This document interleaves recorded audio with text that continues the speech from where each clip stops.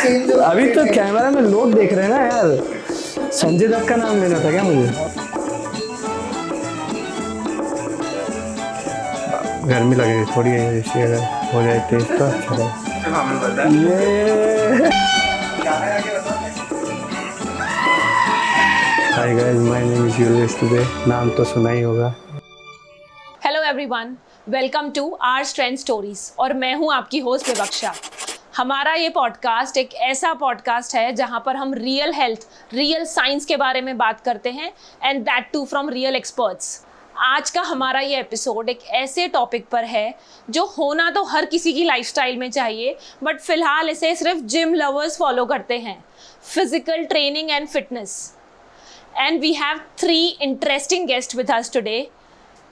Robin, who is a fitness enthusiast.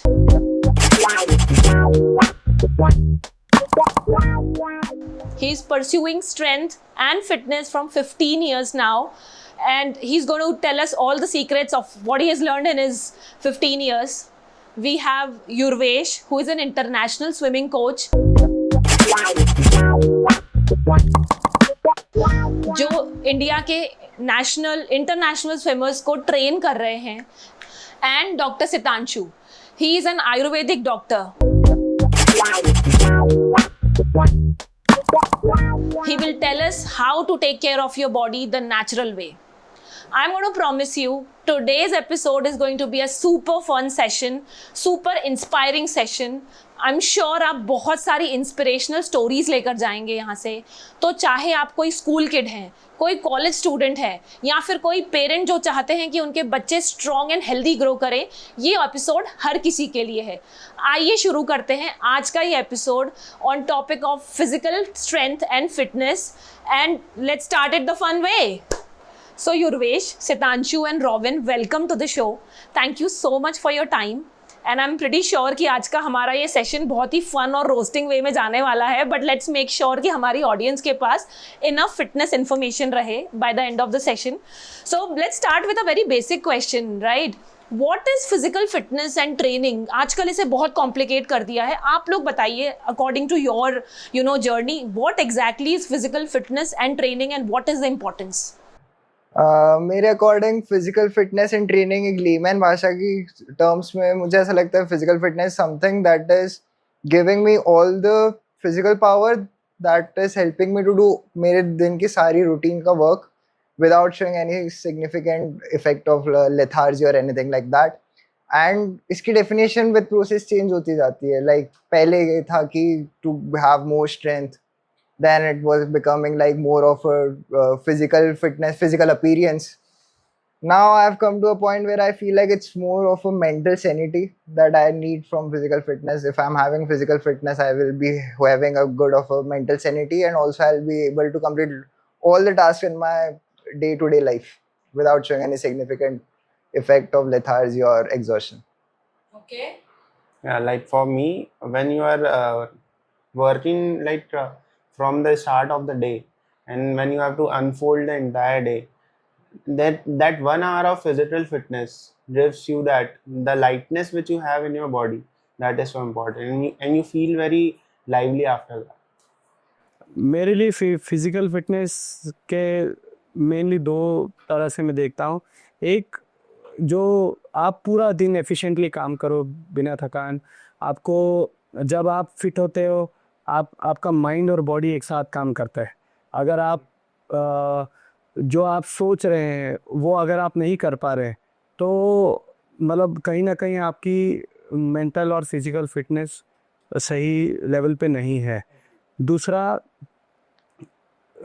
As I am मतलब मैं coach हूँ, swimming coach हूँ, तो फिजिकल फिटनेस अगर मेरे स्टूडेंट के ऊपर आती है तो जो भी मैं टास्क दूँ, जो भी मैं सेट दूँ, वो सब they should be able to finish that set. और मोस्ट ऑफ द टाइम हम लोग ये सोचते हैं कि मतलब बर्नआउट होने के बिना वो लोग इतने फिटनेस होना चाहिए पानी के अंदर या बाहर कि वो सारे टास्क, सारी ट्रेनिंग कंप्लीट कर पाए और उससे रिकवर हो टाइमली और नेक्स्ट सेशन में आने के लिए. क्योंकि जब आपकी फिटनेस अच्छी नहीं है तो आप एक सेशन, 2 सेशन या एक दिन वीक का Monday Tuesday Wednesday you feel आपको बहुत फ्रेश लगता है। थर्सडे आने आने तक सबको ऐसा लगता है अरे अभी कौन ऑफिस जाएगा या कौन कूल लेग पे जाएगा।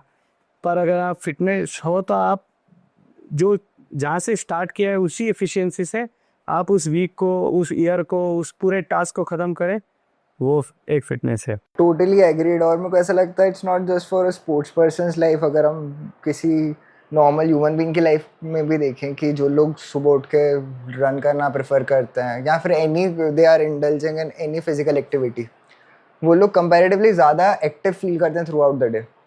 उनको एक ऐसा मेंटल एज भी मिलता है कि उनको पता है कि उनकी बॉडी परफॉर्म करेगी when the time is much more demanding. उनको पता है कि जब लगेगा कि हाँ इतने एफर्ट्स देने हैं, जहाँ बाकी लोग थोड़ा लेथार्जिक फील करने लग जाएंगे, वीक फील करने लग जाएंगे, उनको लगेगा कि यार सुबह से उठे हुए नहीं, बट उनको पता रहेगा कि हम कर सकते हैं। तो वो जब एक मेंटल और फिजिकल बैलेंस साथ में आने लगता है, that can come only from physical fitness. Otherwise you will think कि हम इतना कर सकते but your body will give up much earlier. झेलने वाली कंडीशन नहीं आनी चाहिए, should be consistent throughout the week. Happily वही। और वो मेंटल स्ट्रेस भी जो होता है, मतलब वो भी इसीलिए क्योंकि बॉडी काम ही नहीं करती, बॉडी रिस्पॉन्ड ही नहीं करती। एक प्लाटू ऐसा आता है, एक टाइम ऐसा आता है कि मतलब अब नहीं हो रहा है, या मैं और बॉडी डिमांड करती है कि आप ज़्यादा सो, लेट उठो, या ज़्यादा कार्ब्स, शुगर, ऐसी चीज़ें क्रेव करने लगती है बॉडी। तो उससे वो फिटनेस, मतलब जो हम आपकी जो फिटनेस का लेवल जो नीचे गया है वो और ज़्यादा नीचे चला जाता है। अगर आप फिट हैं mentally physically, you can do anything in your life. अब हमने ये समझा कि फिजिकल फिटनेस क्या है। एक कंफ्यूजन जो मुझे फील होता है, जो बहुत इंपॉर्टेंट है, कि अगर किसी के मसल्स हैं, एब्स हैं, तो उसे हम फिजिकली फिट मान लेते हैं। अगर कोई दुबला पतला सा है या थोड़ा फैटी है, चबी है, तो उसे हम अनफिट मान लेते हैं।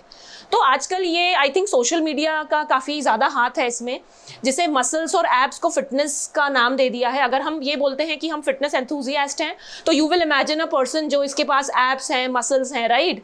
बट मैं ये चाहती हूँ कि हम अपनी ऑडियंस को ये समझाएं कि फिजिकल फिटनेस या fitness is much more than how you look, right. इसके बारे में आप लोग क्या कहना चाहते हैं? I have just one thing, it's not कि फिजिकल फिटनेस, हमारे उसमें बहुत स्टीरियोटाइप है कि फिजिकल अपीयरेंस से हम फिटनेस जज कर सकते हैं।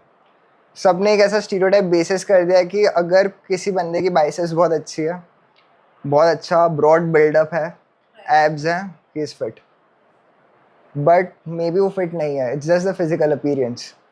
अब अगर हम किसी एथलीट को देखें, कोई रनर है, आप मैराथन रनर्स वगैरह को देखो, they are very lean. Yes. They hardly have any muscle mass. So you cannot tell them that they are not fit. उनका कार्डियोवेस्कुलर जो हार्ट रेट वगैरह होता है, जो उनका हार्ड वर्किंग वगैरह रहता है, नॉर्मल लोगों से बहुत एफिशिएंट होता है वो। पर हम लोग उनको फिट नहीं मानते हैं।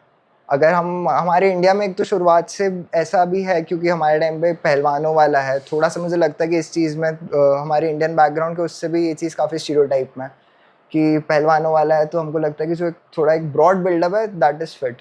कंडीशनिंग वैसी ऊपर से फिर बॉलीवुड ने काफी मिर्ची मसाला लगा दिया है कि एक फिजिकल फिट मतलब six pack abs, basis set करते जा रहे हैं उन लोग। सिक्स पैक एब्स होने चाहिए, ब्रॉड शोल्डर्स होने चाहिए, ऐसा हेयर स्टाइल होना चाहिए, तो फिट हो आप। बट कोई एक्चुअल एथलीट को देखो तो यू विल सी कि वो बहुत पतले से होता है। अगर कोई एंड्योरेंस एथलीट है, वो बहुत पतले से होंगे। कोई हैवी लिफ्टर वगैरह, वो लोग बहुत ब्रॉड होते हैं, you can even see their stomach coming out, but that doesn't mean वो फिट नहीं है, उनके स्पोर्ट्स की डिमांड है वो। तो हमको ये बेसिस चेंज करने पड़ेंगे। ये बहुत बड़ा मिथ है। लोगों को लगता है जिम जा रहे हैं, जिम में अगर कोई बंदा थोड़ा फैटी है बट उसके बाइसेप्स इतने बड़े, दे विल से फिट है। बट अगर वहीं कोई बंदा है जो कि एंड्योरेंस अच्छा है, मसल स्ट्रेंथ अच्छा है, and he is looking like this, they will say he is not fit. तो वो बहुत बड़ा, क्योंकि हम लोगों ने बेसिस जो है ना, ये हमारे हम लोग ना जो जज कर रहे हैं, एक तो हम लोगों ने बॉलीवुड के स्टैंडर्ड से जज कर दिया है, और फिजिकल अपीयरेंस को हमने हमेशा टॉप प्रायोरिटी रखी है। अब जैसे हमारे भैया हैं, ये बताएंगे कि जैसे इतने सारे क्राइटेरियाज होते हैं फिटनेस वगैरह के लिए, स्पीड, एंड्योरेंस, मसल स्ट्रेंथ, इतने सारे क्राइटेरिया हैं, people do not talk about it. उनको जानना भी नहीं है, they just want to look like that way, the people that they are showing in Bollywood. Problem ये है कि कोई नीड नहीं समझता है। आज हम चारों अगर एक साथ जिम स्टार्ट करें, हम चारों एक सेम वर्कआउट नहीं कर सकते। आज मतलब हो सकता है मेरी नीड हो, मुझे स्ट्रेंथ चाहिए, तो मुझे वेट लिफ्ट करना पड़ेगा या बॉडी वेट एक्सरसाइज करनी पड़ेगी। पर यही अगर किसी को मतलब बॉडी वेट ड्रॉप करना है तो उसको कार्डियो की ज़रूरत है। तो किस बॉडी टाइप को, किस एज को अपनी नीड के हिसाब से किस टाइप की ट्रेनिंग चाहिए वो समझते नहीं। और मैं अगर थोड़ा टेक्निकली अगर आपको समझाऊं तो जैसे रॉबिन ने बताया कि हम जो अपीयरेंस है, जो लुक है, उसके बेसिस पे हम जज करते हैं कि ये फिट है या नहीं है, पर ऐसा नहीं है। जो हमको एक बॉडी को ट्रेन करने के बजाय, हमको एक नाम को ट्रेन करने के बजाय, हमको उनके अंदर के ऑर्गन्स, उनकी मसल को ट्रेन करना पड़ता है। उसके लिए अलग अलग टाइप की ट्रेनिंग होती है। जैसे कि इंड्योरेंस, अगर आपको इंड्योरेंस करना है तो रनिंग, साइकिलिंग और या अभी क्रॉस ट्रेनर है, इस टाइप की आप मशीन्स भी यूज़ कर सकते हैं। फिर स्ट्रेंथ है तो उसके अंदर स्ट्रेंथ भी एक पार्ट है। तो जिम है या बॉडी वेट है, कैलिस्थेनिक है, जिम्नास्टिक है, वो सब आप कर सकते हैं। वैसे ही स्पीड है तो स्पीड के अंदर जो डिफरेंट डिफरेंट पार्ट है, एक्सप्लोसिवनेस, और वो एक डिफरेंट पूरा एक जोन ही अलग हो जाता है ट्रेनिंग का, जो हम डिफरेंशिएट कर ही नहीं पा रहे हैं। हम जो जिम जा रहे हैं और बस एक ही टाइप की ट्रेनिंग रिपीट में कर रहे हैं और डिफरेंट रिजल्ट हम एक्सपेक्ट कर रहे हैं। लोगों ने स्टीरियोटाइप बना लिया। आप किसी भी नॉर्मली वुमन से बात करो, आप बोलो कि यार फिटनेस के लिए तुम क्या करते हो, तो अगर वो जिम जा रहा है तो सबसे पहले मेंशन करेगा यार मैं तो रोज जिम जाता हूँ। अगर नहीं जा रहा है तो वो बोलता है मैं सोचता हूँ यार मैं जिम ज्वाइन कर लूँ यार। आप किसी को बोलो कि यार थोड़ा सा मोटे हो रहे हो यार, तो हाँ यार मैं जिम ज्वाइन कर रहा हूँ। कोई ये नहीं बोलेगा कि हाँ मैं थोड़ी फिजिकल एक्टिविटी बढ़ाता हूँ, नहीं, पता ही नहीं है हमको जानना भी नहीं है। हमारे लिए क्या है, अगर फिटनेस दैट इज मेरे को जिम जाना है, और उतनी अवेयरनेस भी नहीं उतनी है अवेयरनेस भी नहीं है, अवेयरनेस ही नहीं है। Basically strength training, endurance, flexibility, coordination and balancing and speed, ये 5 कंपोनेंट है। आप कंपोनेंट को ट्रेन करो अपनी नीड के अकॉर्डिंग। अगर एक एथलीट है, वो रनर है, तो वो स्पीड को ज़्यादा ट्रेन करेगा, और बाकी के कंपोनेंट को आप इग्नोर मत करो।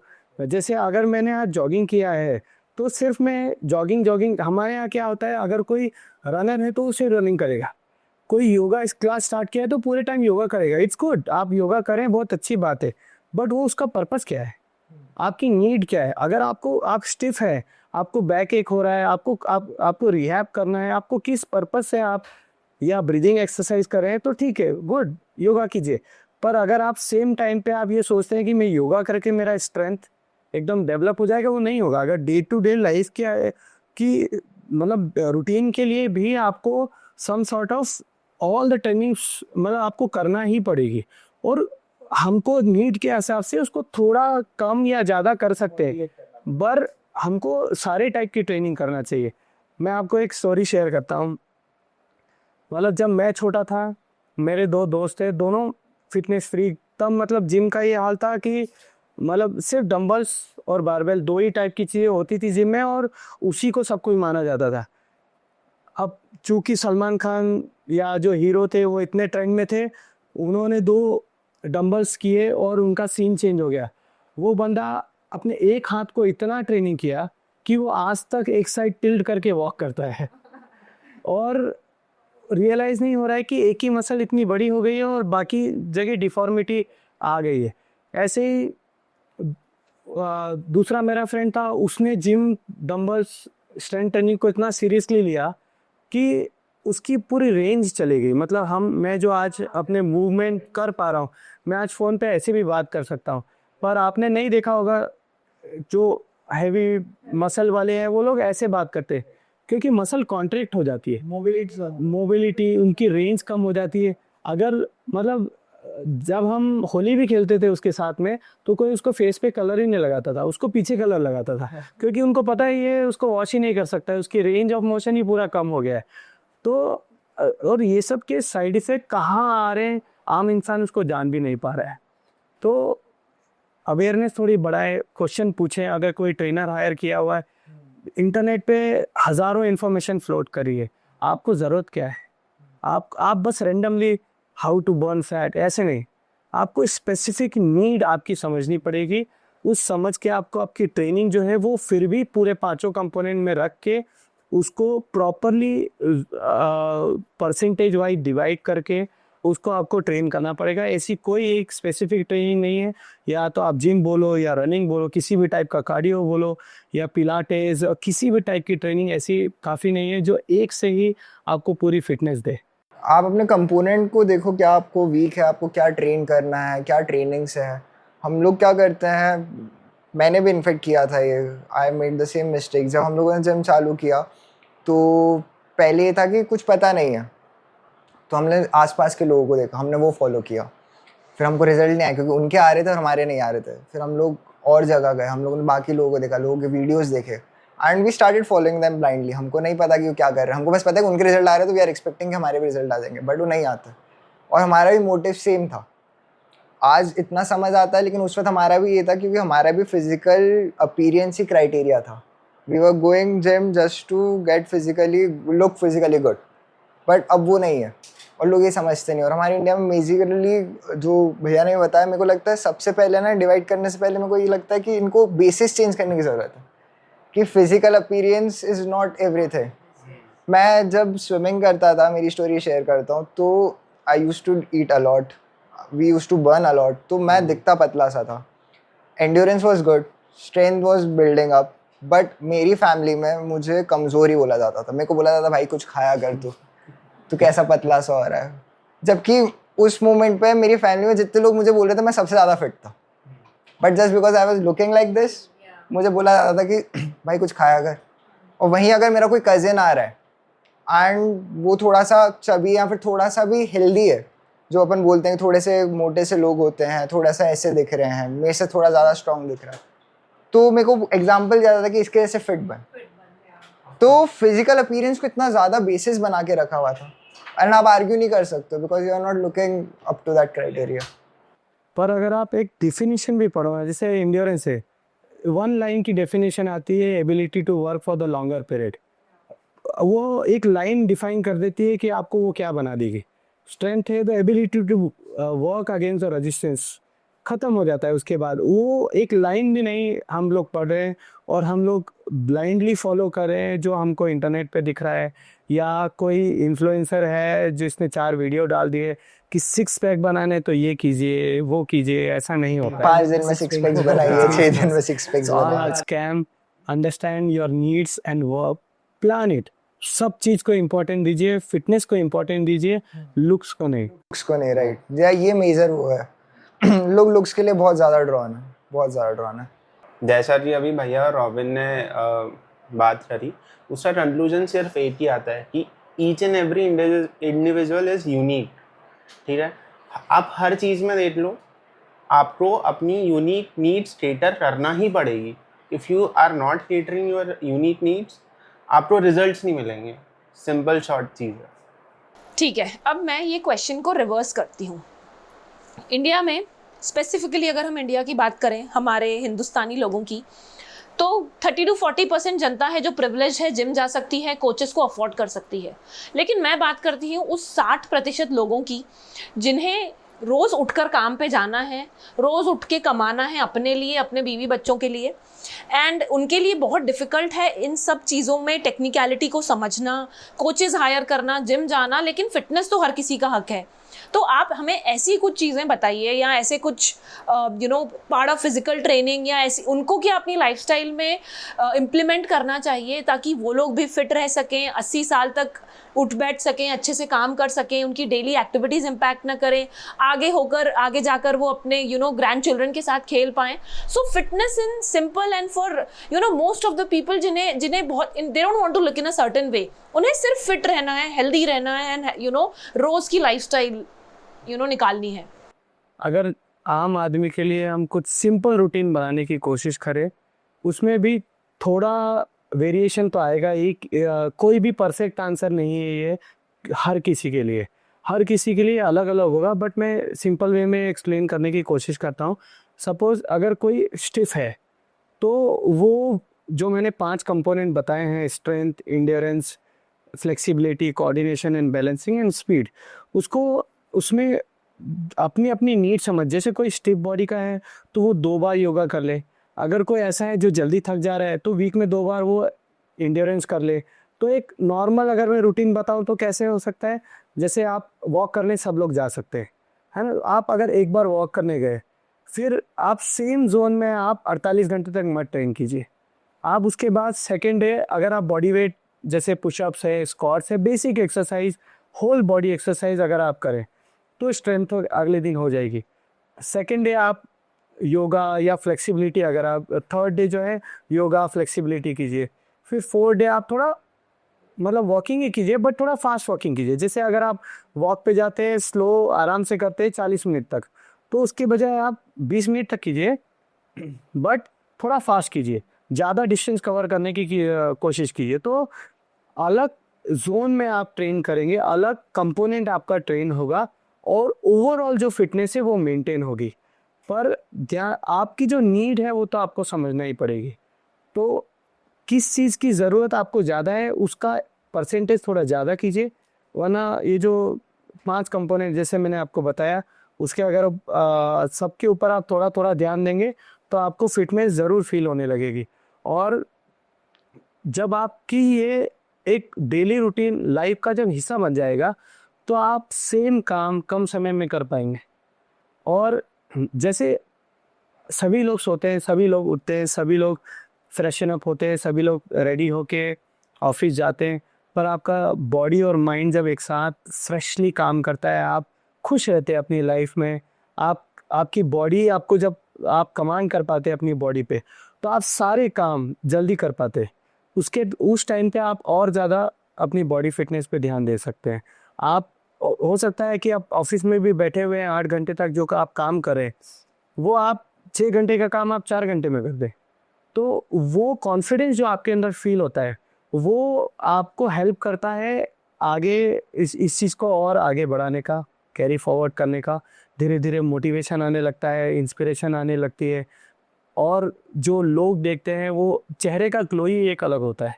आप कुछ भी करें, वो जो अंदर की जो फिटनेस है, अंदर की जो हैप्पीनेस है वो फेस पे दिखती है, और उसके कारण आपको एक अलग ही कॉन्फिडेंस आता है, और आपकी जो डेली रूटीन की लाइफ है वो अपने आप सेट होती जाती है। मैं इसमें एक पॉइंट और ऐड करना चाहूँगा, वो है मेंटल हेल्थ का। बिकॉज आजकल इंडिया में नॉर्मल फैमिलीज़ में भी और जो कॉरपोरेट हसल कल्चर एक चल रहा है उसमें बहुत ही ज़्यादा मेंटल प्रेशर होता है। अभी आपने रिसेंटली बहुत ही सारे केसेस देखे होंगे जिसमें लोग ऐसी चीज़ें कर रहे हैं जो उनको नहीं करना चाहिए। तो उसके लिए भी the first thing you do in the morning is you can do some pranayama and breath work kind of thing that will declutter your mind and that will give you some fresh energy to undergo all the mental workings throughout the day. मैं बहुत layman भाषा में जवाब दूंगा, इतना technicalities से out. अगर किसी को कुछ भी, आई नो हमारे यहाँ इतने लोग ड्रॉन है नहीं फिजिकल, उनको बस ये कि हाँ 2 पैसे कमाएं, फैमिली के साथ जी पाएँ, बट आई जस्ट से कि घर से बाहर निकलो एंड वॉक करना चालू करो। Least you can do. पूरा टाइम वर्किंग है, लोग बस एक्सक्यूज रहता है हमको सिर्फ काम पे जाना है, सुबह से जा रहे हैं हम लोग, ऑलरेडी वॉक कर रहे हैं हम लोग ऑलरेडी। नहीं, आप उस वक्त नहीं, आपका मेंटली आप उधर ही ऑक्यूपाइड हो जहाँ पे आपको काम करना है। सिर्फ वॉक पे जाओगे ना तो सिर्फ वॉक करना है आपको, उस वक्त आपका मोटिव ही वॉक करना है। तो least you can do is walk. उसके बाद जो लोग जिम नहीं अफोर्ड कर सकते, जैसा आपने कहा कि नहीं इतने प्रिविलेज्ड हैं कि दे कैन अफोर्ड मेंबरशिप, जैसा भैया ने मेंशन किया, अलग अलग बॉडी वेट एक्सरसाइजेस बहुत सारी हैं। Yoga itself is a body weight exercise, उसमें भी अब पावर योगा वगैरह चीज़ें आ गई हैं। इंटरनेट पे इतनी चीज़ें अवेलेबल है, एम्पल ऑफ नॉलेज। बस हमको सिलेक्टिव होकर हमको जो चाहिए हमको वो ड्रॉ करना पड़ेगा। बट जब तक हम लोग एक एक्सक्यूज़ के साथ बैठे रहेंगे कि यार हम ऑलरेडी वर्किंग है, टाइम नहीं मिलता है, 2 रोटी कमानी है, क्या करना फिट रह के, हमको कहीं नहीं जाना, हमको ना कोई करना है, बट उनको वो नहीं समझ आता कि अगर हमने सिर्फ एक, आप लोग खुद देखोगे, अगर जस्ट कुछ मत करो, do it for 7 days and you will see the difference. उठो just 1 hour, if 1 hour is more for you, start with 30 minutes, walk करके आओ, आने के बाद start up with your routine. जैसा सितांशु ने मेंशन किया, भैया ने मेंशन किया, you will feel active, you will feel so much energy in yourself. You might feel sleepy after coming home, back to home, but rest of the day you will feel so active and तुमको पता रहेगा कि यार mentally मैंने ये चीज़ सोची थी and I was able to do that। तो उठते से आपका एक चेक पॉइंट क्लियर हो गया, आपका confidence level is not next level, कि एक चीज़ जो मैंने सोची थी मैं ऑलरेडी कर चुका हूँ, my mind is sync with my body now. अब वो के साथ जैसे जैसे ओवरलोड का भैया ने बताया कि आज जैसे 10 पुशअप किए थे, 12 वॉक जो मैं 1 घंटे में इतना कर रहा था, 30 मिनट्स में इतना कर रहा, थोड़ा सा तेज वॉक करके I try to cover more distance, थोड़ा थोड़ा ओवरलोड किया। मेरी फिटनेस अपने आप धीरे धीरे डेवलप कर रही है, बिकॉज मैं खुद को चैलेंज कर रहा हूँ, मैं ओवरलोड कर रहा हूँ। एक पॉइंट आएगा कि अब मेरे को जो दिन भर का वर्क है ना, भले मैं सिटिंग जॉब है, IT में 8 घंटे बैठ रहा हूँ या कुछ कर रहा हूँ, मेरे को वो चीज़ ईजी लगने लगेगी। मेरे को वो चीज़ मेंटली भी, मतलब वो चीज़ इतना नहीं ट्रिगर करेगी, और एक टाइम बाद आपको पता भी नहीं चलेगा, आप उस चीज़ के एडिक्ट हो जाओगे। भले वो वॉकिंग हो, भले वो जिम हो, भले वो घर पे बॉडी वेट एक्सरसाइज हो, आप क्रेव करने लगोगे। क्योंकि जब इतना, जैसा सितांशु ने बोला कि हसल कल्चर है इतना ज़्यादा, जब इतना ज़्यादा माइंड उसमें ऑक्यूपाइड हो जाएगा ना, आपको एक ऐसा ब्रेक थ्रू चाहिए रहेगा, तो आप फील करोगे कि यार मुझे वही चीज़ चाहिए, लेट्स गो फॉर वॉक। क्या करना है, वॉक पे चले जाता हूँ यार, थोड़ा बेटर फील करूँगा, I need some fresh air. अभी लोगों का क्या होता है कि यार ब्रेक चाहिए, फ्रेश एयर चाहिए, बालकनी में जाके खड़े हो गए, नहीं, वॉक करके आओ। ये मिनिमम है, मिनिमम। मैं अपने पेरेंट्स को भी ये बोलता हूँ, लीस्ट कुछ कर सकते हो, प्लीज़ वॉक करना चालू करो। उसके बाद एक बार तुमको समझ आ जाए कि क्या चाहिए तुम्हारी बॉडी को। बहुत सारे जैसे है कि हमको पता है कि स्टेप 4 है, मेरी मदर है वो नहीं पैर क्रॉस करके बैठ पाती, शी स्टार्टेड डूइंग योगा, अब वो बैठ पाता है। तो हमको फिगर आउट करना पड़ेगा कि हम चाहते क्या है हमारी बॉडी से, क्या रिस्ट्रिक्ट कर रहा है हमको। बट बहुत ऑप्शंस हैं, ये मत सोचो कि भाई कि जाना है तो भैया जिम ही जाना है। फिटनेस इज एवरीवेयर, कुछ करो, just keep your body moving. आपको परफेक्ट होना Movement. जरूरी नहीं है। मूवमेंट लेकर आओ, सिर्फ मूवमेंट चाहिए हमको। ये कुछ भी मूवमेंट हो। हमारे से पहले जिम विम पहले नहीं थे, पहले के लोग इतने फिट रहते थे, हमारे पास कोई गाड़ियाँ नहीं थी, people used to walk for miles, legend, they used to walk for miles. कुछ भी काम है, पूरा दिन चल रहे हैं, कुछ कर रहे हैं, there was no issue such as obesity, something like that, कुछ भी नहीं, एग्जिस्ट ही नहीं करता था। और एक चीज़ और, मैं एक ही चीज़ बोलता हूँ सभी लोगों को कि नशा करना है तो फिटनेस का करो, किसी गलत चीज़ का नहीं। You will get addicted to it automatically. जब आप रिजल्ट देखोगे, और रिजल्ट नहीं भी देखो लेकिन मेंटल आप वो देखोगे ना कि यार क्या फील कर रहा हूँ मैं। क्योंकि उठते से मैंने रात को सोचा था कि यार मैंने 30 मिनट्स वॉक करना है, और जनरली हम जो सोचते हैं हम कर नहीं पाते। और आप उठो, आपने उठते से आपकी जो पहली चेकलिस्ट है कि यार वॉक करना, मैंने वॉक कर लिया, तो पहली चेकलिस्ट क्लिक हो गई है। और मैं बता रहा हूँ, इंसान सबसे ज़्यादा हैप्पी तब फील करता है जब उसने कुछ सोचा और उसने वो कर लिया, भले जस्ट 30 मिनट्स वॉक और कोई बहुत मीनियल जॉब हो, तो क्यों नहीं करना चाहिए। मेरा डे ही मैं उसको हेड स्टार्ट कर सकता हूँ उसी से, तो वाई नॉट। तो और बाकी लोगों को जो फिटनेस का है, जिनको सिर्फ कुछ नहीं चाहिए, सिर्फ फिटनेस क्या, एक मूवमेंट, मैं एक ही बोलता हूँ, चेज मूवमेंट, चेज मूवमेंट। कुछ भी उठो बिस्तर से बाहर निकलो and chase movement, that's it. जो मसल यूज़ करोगे वो ट्रेन होगी। जैसे हम हाथ कम यूज़ आते हैं, वो है छोटे पतले हैं, हम लेग्स को वॉक करने खड़े रहते हैं, हम लोग एक जगह से दूसरे जगह जाना ही होता है, वरना कोई काम नहीं हो पाता है, वो बड़े होते हैं। जो मसल यूज़ करोगे वो बड़ी होगी, वो उस मतलब वो ट्रेन होगी। और मतलब जो फ्रेशनेस जो इसने बताई, इसीलिए जो सारे एथलीट है, एथलीट की बॉडी क्यों इतनी अच्छी मानी जाती है, क्योंकि वो सारे कंपोनेंट में ट्रेन करता है। और जो वो फील करता है ना, अगर आप उससे पूछोगे कि क्या था लाइफ का बेस्ट मोमेंट, तो वो यही बोलेगा जब मैं खेल रहा था तो सारे स्टेडियम में जब आवाज आ रही थी इंडिया इंडिया, या किसी सचिन सचिन किसी के लिए आप जब चेयर करते हो, वो फील ही एक अलग होता है। मैं जैसे रॉबिन ने बताया, उठ के अगर कर दिया मैंने आज कि हाँ मैंने 30 मिनट वॉक किया है, मुझे फील आता है वो कि हाँ मैंने अपने आप को टाइम दिया। वो एक सेंस ऑफ अचीवमेंट फील होता है जो सबको करना चाहिए, और उसका एडिक्शन अगर है तो प्लीज़ करो। मुझे आज भी याद है, मैं भैया के अंडर ट्रेन कर रहा था and it was my first state, और मेरा पहली बार मेरे क्लब में फर्स्ट गोल्ड मेडल लगा था।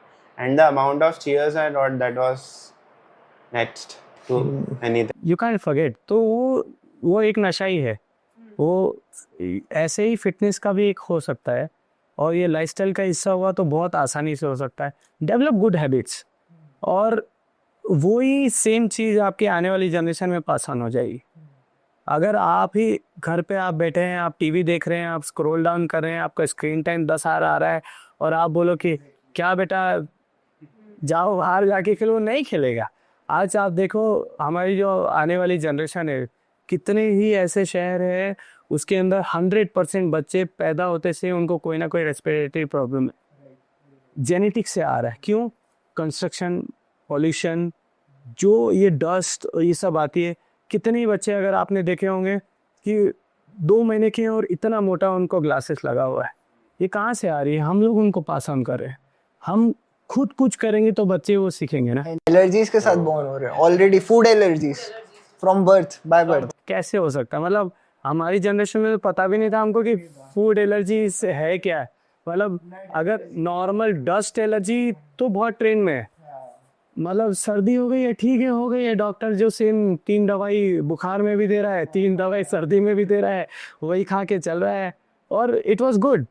अब हमारे इंडिया में ये बहुत कॉमन ट्रेंड जो मैंने देखा है कि लोग फिटनेस पे ध्यान तब देते हैं जब उन्हें ये रियलाइज होता है कि मैं मोटा दिख रहा हूँ, right? Unless your mirror speaks differently, आपको लगता है सब बढ़िया चल रहा है, ठीक है, आपके कपड़े अगर आपको फिट आ रहे हैं कोई प्रॉब्लम नहीं है, जो चल रहा है चलने दो। Once your size becomes a problem, जब आपकी कपड़े की साइज बदलने लगती है या कुछ फिट नहीं आने लगता है, या फिर आप सोसाइटी नॉर्म्स में, जो कि हमने अभी बात करी, राइट, कि सर्टेन कुछ लोगों को हम फैट बताते हैं, कुछ लोगों को थिन बताते हैं, तो अगर उस सोसाइटी नॉर्म से अगर हमारा लुक डिफरेंशिएट करता है तभी हमें ध्यान आता है कि चलो अब फिटनेस से लेकर कुछ करना चाहिए।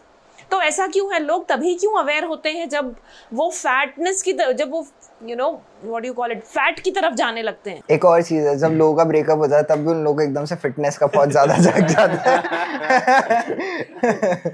आयुर्वेद में एक चीज है जिसको हम बोलते हैं निदान परिवर्जन। ये ट्रीटमेंट करने का पहला स्टेज होता है। इसमें है ना, जो कॉजेस होता है ना, उसको आप एलिमिनेट कर दो। आप फैट हो रहे हो, अगर आप उससे कॉजेस एलिमिनेट कर रहे हो, आप फैट हो रहे नहीं। फॉर एग्जाम्पल, आपको अस्थमा की प्रॉब्लम है, आप धूल मिट्टी में जाना बंद कर दो, आपको अस्थमा हो रही नहीं। ये जो फैट वाली बात आती है, ये सब पीयर प्रेशर से है कि लोग क्या बोलेंगे। आप कहीं गए फंक्शन में, आप बोले कि अरे कितना मोटा हो गया है, कितना पतला दिख रहा है, ये सब पीयर प्रेशर है। अगर सिंपल फिटनेस, पहली बात तो सबको करना चाहिए, हम पहले भी बात कर चुके, पर आप अगर 2 फ्लोर आप सीढ़ियाँ चढ़ रहे हैं और अगर आपकी सांस फूल रही है तो आपको ट्रेनिंग करना ज़रूरी है। ये एक मिनिमम क्राइटेरिया आप रखिए। अगर आप दिन में 2 से 4 मंजिल ऊपर जाके नीचे आए और अगर आपको फील हो रहा है कि बस मेरा हार्ट निकल के बाहर आ जाएगा, then you are not fit enough, please do something about it. तो ये एक मोस्ट बेसिक क्राइटेरिया जो मैं अपने आप के लिए रखता हूँ। और डेली रूटीन तो ऑफ कोर्स है ही। अगर रात को आप थक जा रहे हैं, आपको ऐसा चिड़चिड़ हो रहा है, घर पे आप बच्चे के साथ नहीं खेल पा रहे, उनको टाइम नहीं दे पा रहे, फैमिली को, ये सब एक ये ऑलरेडी आप अनफिट हैं। आप उस क्राइटेरिया में आते हैं जहाँ आपको अपने आप के ऊपर ध्यान देने की ज़रूरत है। द वर्ड फैट मेरे को लगता है वो वही फिजिकल वाली चीज़ से ही आया। हम लोगों ने जो बेसिस सेट करके रखे हैं, जो हम लोगों ने ऑलरेडी डिस्कस कर लिया। और जैसा भैया ने बोला, पीयर प्रेशर, हमको सोसाइटी में फिट इन होने की जो क्या बोलते है कि हमको फिट होना है, बस जो नॉर्म्स है इसमें ब्लेंड होना है इसमें, उसके लिए किसी ने फैट बोल दिया, अरे यार अब तो फिटनेस करना पड़ेगा यार। किसी ने बोल दिया कि यार तुम तो ऐसे दिख रहा है, यार अब तो फिटनेस करना पड़ेगा। तो बस वो वही है, हमको फिट इन होना है, हमको ब्लेंड होना है, इसलिए आता है उनको। अगर वैसे अवेयरनेस पूछो तो लोगों को नहीं, उनको होना भी नहीं है। They are happy with their life. उनको ऐसा लगता है जब तक हम कपड़ों में फिट आ रहे हैं, जब तक we are wearing normal size, हम फिट है। और क्योंकि ब्रॉडर मीनिंग पता ही नहीं हमको, हम जानना भी नहीं चाहते। तो peer pressure is the basic answer. तो फैट तो एक क्राइटेरिया रखा हुआ है जो पीयर प्रेशर से आता है, बट इसके अलावा भी डेली रूटीन में इतनी बड़ी बड़ी प्रॉब्लम है जो लोग जिस पे ध्यान ही नहीं दे रहे हैं, और वो फिटनेस के साथ ठीक हो सकती है। जैसे वीमेंस के लिए पीसीओडी है, फैट ऑफ कोर्स आप फिट हो सकते हो, इम्यूनिटी लेवल आपका वीक हो रहा है, आपका जो मेंटल डिजीजेस जो हो रहे हैं, स्ट्रेस, एंजाइटी और या हेजिटेशन है, कई लोगों को बात नहीं कर पाते हैं। तो ऐसी कई चीज़ें हैं जो आपको जिससे पता लगता है कि आप फिट नहीं हैं और उस पर कोई ध्यान नहीं देता है। तो ये चीज़ें हमको इन सब चीज़ों पे ध्यान देना चाहिए, और अगर आपको कहीं पे भी रेड फ्लैग आ रहा है तो आपको तुरंत फिटनेस के ऊपर ध्यान देना चाहिए। आपने जैसे मेंटल हेल्थ का बोला, जब हम एक्सरसाइज करते हैं तो हमारा brain automatically serotonin, dopamine release करता है। अब जिन लोगों को मेंटल डिसीजेस हैं, ये लोग डॉक्टर के पास जाके आर्टिफिशियली इन टैबलेट्स को कंज्यूम कर रहे हैं, जो कि बहुत सारे लेवल्स पे गलत है। Or if you are into fitness, that's the best remedy for you. आपने ये तो ज़रूर सुना होगा 21 दिन में फैट घटाइए, 6 महीने में एब्स लेके आइए. So everybody wants faster results, तभी ये मार्केटिंग स्ट्रैटेजीज आ रही हैं और हर कोई अपने शेक्स और सम मैजिक ड्रिंक्स बेच रहे हैं with all of these claims कि 15 दिन में ये हो जाएगा, 6 महीने में you will lose all your fat. Time नहीं है ना लोगों के पास कि इन्वेस्ट कर सके, उनको पास है नहीं, तो उनको यही है कि मार्केटिंग स्ट्रेटेजी कि 6 दिन में ये 7 दिन में वो, ऐसे ही चल रहा है. फैट्स में हमें क्यों नहीं, कैसे नहीं पढ़ना है? मैं रॉबिन की बात से डिसएग्री करूंगा. टाइम नहीं है, लोगों को मेहनत नहीं करना है, वो कंसिस्टेंसी, वो टाइम नहीं है तो एक्सक्यूज है, इसलिए ऐसी चीजें आ रही है. ना करने के तो 100 बहाने हैं, आप कितने भी ढूंढ लो, पर करने के लिए सिर्फ एक ही है कि करो, जाके रोज करो जो आप करें. आप डेली रूटीन फॉलो करो, खाओ अच्छे से, सो अच्छे से. और ये जो फास्टर रिजल्ट है ना, मतलब मैं एक ही चीज़ पूछता हूँ, कोई भी आता है बोलता है कि मुझे बता दो कि बस मैं ये कर दूं और उससे बस मुझे इतने अच्छे आपके जैसी बॉडी. हाँ, सबको लगता है एक मैजिक है कि बस ये कर देने से. एक जवाब ढूंढ रहे हैं सारे लोग, कोई जवाब नहीं है इसका. आपकी नीड बदलती जाएगी, आपकी एक्सरसाइज बदलती जाएगी, आपका रूटीन बदलता जाएगा. और शॉर्टकट मेरे पास इतने पेरेंट्स और इतने स्विमर ऐसे आते हैं कि 2 वीक पहले कंपटीशन के या 2 वीक, अगर शादी भी है तो सडनली वो 2 वीक पहले जागरूक हो जाएंगे, बोलेंगे कि नहीं मुझे अब फिट होना है क्योंकि मेरे फोटो आएंगे, ये होगा, और बस मुझे एक्सरसाइज बता दो जिससे मैं फिट हो जाऊं. मैं उनसे एक ही चीज़ पूछता हूं कि अगर 2 हफ्ते के अंदर वो रिजल्ट आते होते तो जो ओलंपियन पूरे साल 10-10 साल 12-12 साल से ट्रेन करें विदाउट एनी ब्रेक, वो क्यों करते? वो भी 2 वीक ट्रेनिंग करते. वो वहाँ क्यों है? क्योंकि वो ये चीज़ बार बार कर रहे हैं, वो फेल हुए बना कर रहे हैं. तो शॉर्टकट तो ऐसा लोग एक्सक्यूजेस में अटके बैठे, टाइम नहीं है, टाइम नहीं है, लेकिन सडनली उनको पता है कहीं फोटो खिंचानी है, आउट ऑफ नोवेयर उनके पास आ जाता है अब टाइम. अब वो सब कर पा रहे जो पूरे 2-3 साल में नहीं कर पाए. मेरे 2 दोस्त हैं, पूरे साल भाई जिम करना है, भाई जिम, भाई टाइम नहीं मिल पाता है यार, सुबह से लेके पूरा दिन काम में. 1 महीने बाद शादी है, भाई तू बोल करना क्या है, मैं पूरे दिन करूंगा, तू बता करना है. अब कैसे टाइम आ गया? अभी भी आप जॉब कर रहे हो, अभी भी आप सब कुछ कर रहे हो, तो अब कैसे टाइम है? अब उनको डाइट भी फॉलो कर लेंगे वो. पहले हम बोलते नहीं हम खाना नहीं रेस्ट्रिक्ट कर सकते, हम ये नहीं खा सकते, हम वो नहीं खा सकते, लेकिन अब पता है फोटोज आएंगी, अच्छा देखना है, तो अब एकदम डाइट भी दे दे तू, वर्कआउट भी दे दे तू बता महीने, तू बता सोना कितना है, बस हर चीज चेंज कर देगा. उनसे अच्छे फॉलोवर नहीं है उसके. बट वही है, बस वही वो. और एक बार वो चीज हो गई, शादी हो गई, उसके बाद तो फिर हो गया. कि मैं क्या बताऊँ, मैं खुद जब मेरी शादी आने वाली थी, मैं बेंगलोर में था और मैं फिटनेस इसलिए कर रहा था कि मुझे पता है इससे अच्छा फ्रेशनेस कहीं किसी चीज़ से आती नहीं है. तो मैं वर्कआउट कर रहा हूँ. तो मैं बेंगलोर रहता हूँ, तो मैं जब आया दिसंबर में अपने कपड़ों का नाप दे के गया, फिर मैं 2 महीना वहाँ पे जाके ट्रेनिंग किया. जब मैं यहाँ आया तो वो सारे कपड़े लूज थे, सारे के सारे कपड़े लूज थे. फिर लिटरली मैं सब छोड़ के खाया है 2 दिन. मुझे थोड़ा ठीक लगा कि हाँ ये किसी के मांगे हुए नहीं लग रहे, ये मेरे ही कपड़े हैं. और उसके बाद वो कपड़े मुझे आज तक फिट नहीं हुए क्योंकि मैं जब ट्रेनिंग कर रहा था और अब मैं नहीं कर रहा हूँ. तो ये शॉर्ट टर्म गोल्स और शॉर्ट टर्म पीरियड के लिए ठीक है, आपने कर लिया है, कुछ कर लिया है, बट अगर आपको एक्चुअली हेल्दी लाइफ जीनी है तो this should be part of your life. लोग करेक्ट सवाल पूछते ही नहीं है. लोगों का मेन ऐसा रहता है कि मेरे से आज तक जितने लोगों ने पूछा है भाई कितने टाइम में बन जाएगा, कोई ये पूछता ही नहीं करना क्या है, कब तक करना है, कैसे करना है, क्या प्रोसीजर है, क्या कहाँ जाना है, what is the path, what is blueprint. उनको मतलब ही नहीं भाई कितने टाइम में बन जाएगा.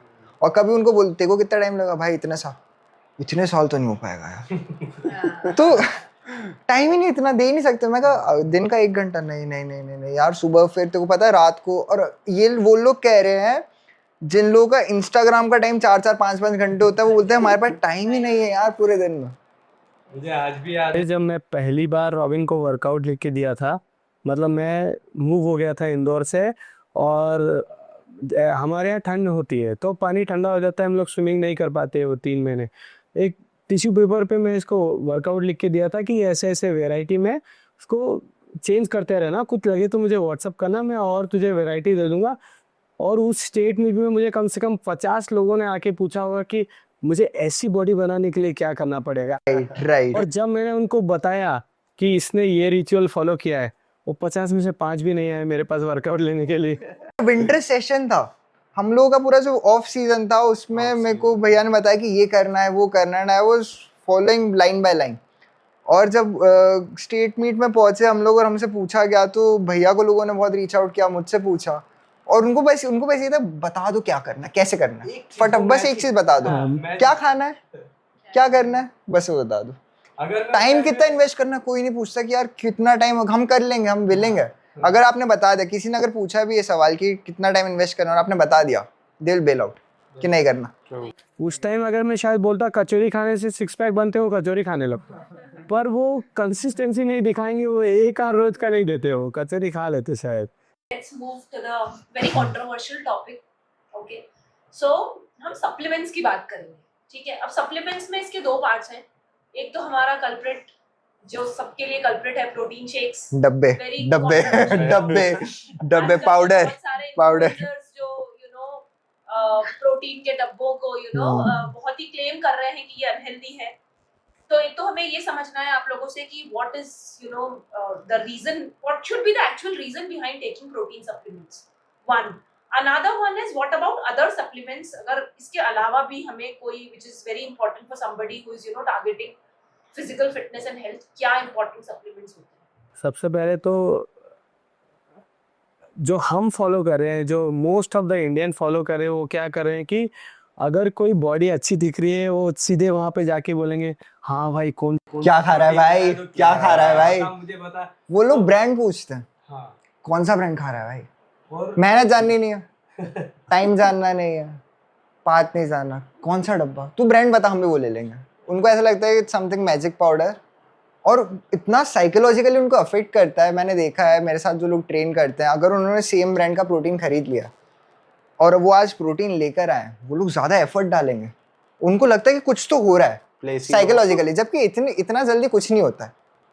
जब सप्लीमेंट वर्ड में की वजह सप्लीमेंटिंग योर डाइट। टेक्निकलिटी के जो साइंटिफिक फैक्ट्स है, उसके अलावा जो एक नॉर्मल लैंग्वेज में जो मैं बता रहा हूँ, मुझे आज भी याद है जब रॉबिंग के लिए हमने पहली बार प्रोटीन लिया, तो पहले के 6 टाइप के प्रोटीन में उसको ब्लोटिंग होती थी, और इसकी चूंकि ये वेजिटेरियन है तो उसकी नीड जो थी उसके अकॉर्डिंग मुझे प्रोटीन देना ही था। पर जितने टाइप के प्रोटीन हमने ट्राई किए और एंड अप हम प्रोटीन पे किए ही नहीं हम। और अगर मैं ये वर्ड टर्म यूज़ करूं और अगर कोई वो लेने लगे तो वो गलत होगा, क्योंकि ये सही नहीं है। उसकी जो नीड थी उसके लिए हमने उसको दिया। आज सप्लीमेंट एक एथलीट कम से कम 20 से 25 सप्लीमेंट लेता है, पर इसका मतलब ये नहीं कि सारे के सारे सप्लीमेंट बहुत सप्लीमेंट्स है मार्केट में, बहुत। और अब तो इतनी सारी विटामिन मिनरल से लेके फिश ऑयल वगैरह इतनी सारी सप्लीमेंट्स हैं, they are helping your body no doubt, but do you really need them? आप कराओ, आप बॉडी मेजरमेंट कराओ, आप आपकी नीड समझो। अब जैसे विटामिन डी है, आपकी रिकवरी को हेल्प करता है। B12 है, कोई वेजिटेरियन है उसमें वीक होता है, पर आप में कम है तो आप लो। देखो तो सही, if you are deficient in that और नॉट। विटामिन है, इट्स अ वेरी बेसिक, मतलब कोई भी ले लेता है कि चलो एक पत्ता आया है, घर में ही मम्मी देख लेती है, बेटा मैं भी खा लूं क्या, 2 दिन से थोड़ा सर चकरा रहा था मेरा, मतलब दिस इज अस, हम लोग ऐसे करते हैं। बट क्या उसकी ज़रूरत है? उसके अंदर क्या क्या कंटेंट है, वो सही सोर्स से आ रहे हैं या नहीं आ रहे? तो मतलब मेरी राय में ये होगा, ब्लड टेस्ट कराओ, ब्लड टेस्ट के बाद अपनी बॉडी का मेजरमेंट कराओ, आपकी नीड देखो। जैसे एक 9 साल का बच्चा है, कई लोग आते हैं मेरे पास आके पूछते हैं सर किस एज में हमको प्रोटीन खाना शुरू करना चाहिए? कोई राइट आंसर नहीं है इसका। अगर जैसे मेरी डॉटर है, वो 4 साल की है, वो एक फेज था उसमें पनीर नहीं खाती थी वो, तो हो सकता है मुझे कोई प्रोटीन सप्लीमेंट लेना पड़ता है, पर वो आज पनीर खा रही है, वो वेजिटेबल्स खा रही है, वो जो अलग अलग चीज़ें उसको खाना चाहिए वो खा रही है, वो एग्स खाती है, तो उसकी रिक्वायरमेंट पूरी हो जा रही है। जो उसके डेली रूटीन के लिए उसको जो चाहिए उसको मिल जाता है, तो उसको सप्लीमेंट की ज़रूरत नहीं है।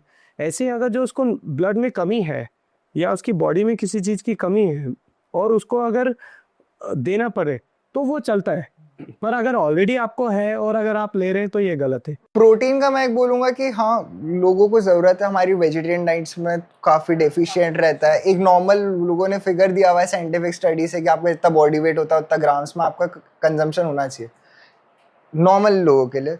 जो लोग थोड़ा वर्कआउट कर रहे हैं उनका कुछ और 1.2 समथिंग जो फ्रैक्शन है जिससे मल्टीप्लाई करके, तो वो एक मॉनिटर करके प्रोटीन इज़ गुड, गलत नहीं है। बट आप मानोगे नहीं भैया, अभी जिम पे लोगों के मैं देखता हूँ कि उन लोगों ने जिम चालू किया है 1 डे 2 डे, इतना बड़ा बैग लेकर आते हैं और उसमें सप्लीमेंट्स की डिपेंडेंसी बता रहा हूँ मैं आपको। तो एक तो प्रोटीन नॉर्मल है कि चलो ठीक है, तुम वर्कआउट कर रहे हो, तुम मसल तोड़ रहे हो, तुमको लग रहा है कि तुम्हारी डाइट में, वैसे हो भी सकता है उनकी डाइट में डेफिशिएंट नहीं हो। If you are non vegetarian you might be eating more than enough, but उनको लगता है कि नहीं, एक स्टीरियोटाइप है कि जिम जा रहे हो तो प्रोटीन तो लेना पड़ेगा। तो अब प्रोटीन भी आ रहा है, अब लोगों देख लिया प्री वर्कआउट भी आ रहा है, पोस्ट वर्कआउट भी आ रहा है, ड्यूरिंग वर्कआउट भी एक चीज़ आ रही है। तो उनके बैग में शूज़ के अलावा ऐसे 6-7 डब्बे, और जिम जाते हुए सिर्फ 3 दिन हुए। इतनी ज़्यादा डिपेंडेंसी है क्योंकि हार्डवर्क नहीं करना है ना, हार्डवर्क नहीं करना है। सोचना नहीं है कि क्या सही है क्या गलत है, क्यों कर रहा हूँ मैं, फॉलो करना है।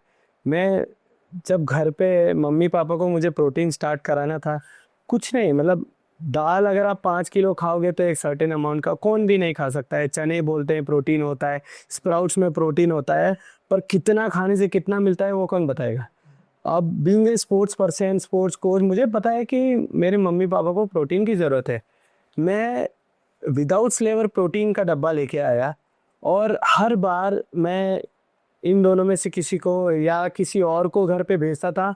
वो घर जाके 2 चम्मच प्रोटीन के डब्बे आटे में मिलाते थे, आटे में मिला के तो वो रोटी के साथ थोड़ा कंटेंट मिल जाता था।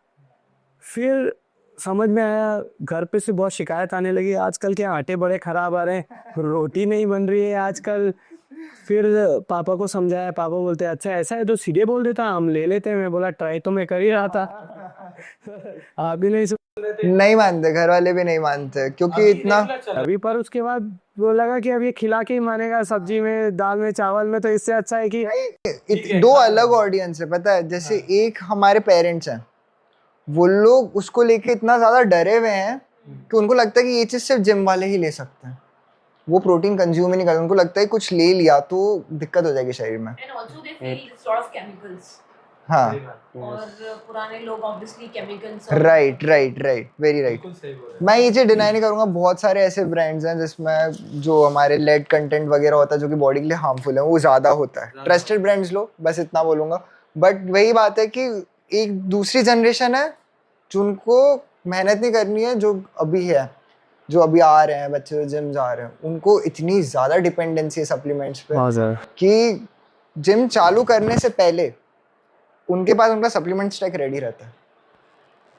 मैं इतना टाइम जिम किया हूँ बट मैं अभी भी सिर्फ वे प्रोटीन लेता हूँ, और वो भी मुझे लगता है कि हाँ ठीक है, उसमें कभी बंद करना होता है मैं बंद कर देता हूँ, स्कूप वेरी करता रहता हूँ मैं। और बहुत सारे ना ऐसी ट्रेनिंग है जिसमें सप्लीमेंट की ज़रूरत ही नहीं होती।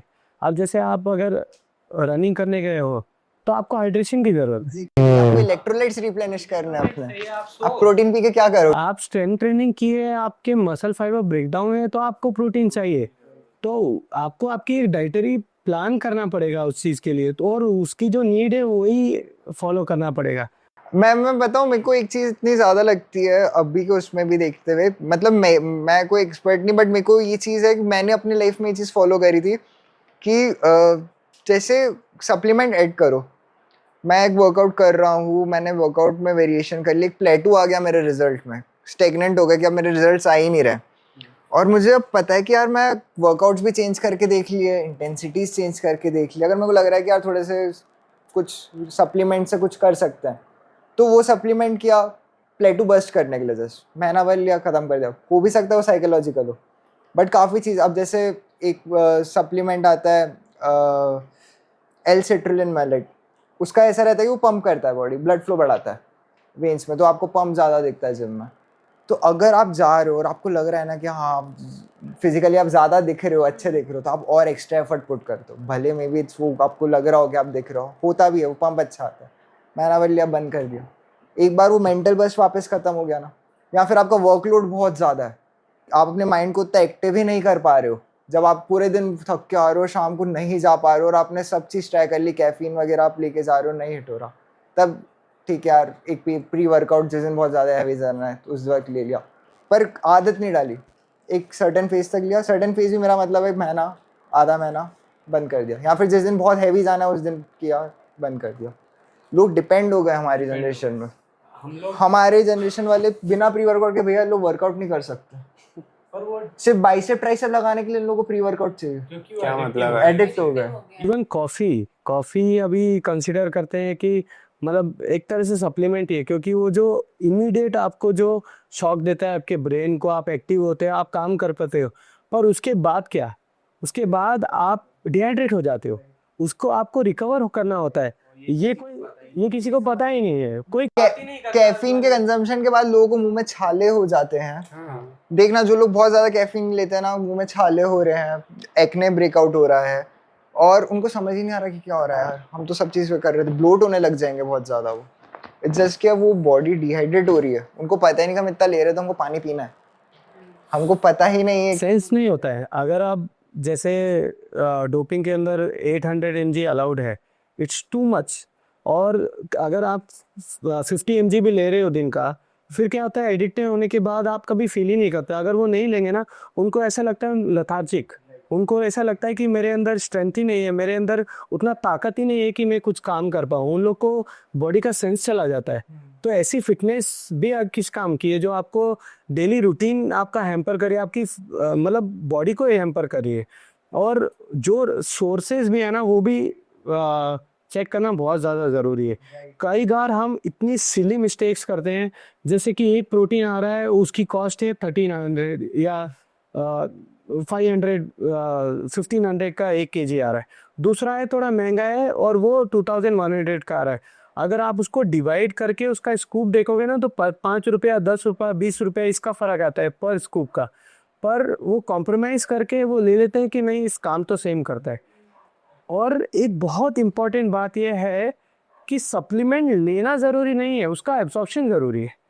आपने एक स्कूप आया, वो 30 ग्राम का है, आपने बर्न 30 ग्राम किया, आपको चाहिए 30 ग्राम, तो एब्जॉर्ब नहीं होगा, बचा हुआ कहाँ जाएगा, बॉडी में स्टोर हो जाएगा, वो आपको उल्टा फैट करेगा। इतनी मैक्सिमम ऑडियंस हैं जो कि ये शेयर नहीं करती हैं, बट मैं बता रहा हूँ, प्रोटीन नया चालू करते हैं, प्रोटीन लेना ही अभी स्टार्टिंग से चालू कर रही initial year, they feel so much difficulty in their बोल मूवमेंट्स, उनको मोशंस प्रॉपर नहीं होते हैं, ब्लोटेड रहते हैं, और उनको रीज़न ही नहीं पता, उनको रीज़न ही नहीं पता, वो जानना भी नहीं आता, उनका प्रोटीन एब्जॉर्ब नहीं हो रहा, उनको नहीं पता, उनको नहीं समझ आ रहा है कि क्या हो रहा है, हम लोग क्यों कॉन्स्टिपेट हो रहे हैं, हम लोगों को क्यों लूज मोशंस हो रहे हैं, हमको पता ही नहीं है। प्रोटीन खाना एक ट्रेंड बन चुका है, ट्रेंड बन चुका और है। ऐसा होना नहीं चाहिए, वन साइज फिट्स ऑल, ये हाँ। ह्यूमन बॉडी के साथ बिल्कुल भी नहीं है, ऐसा बिल्कुल भी नहीं होता है।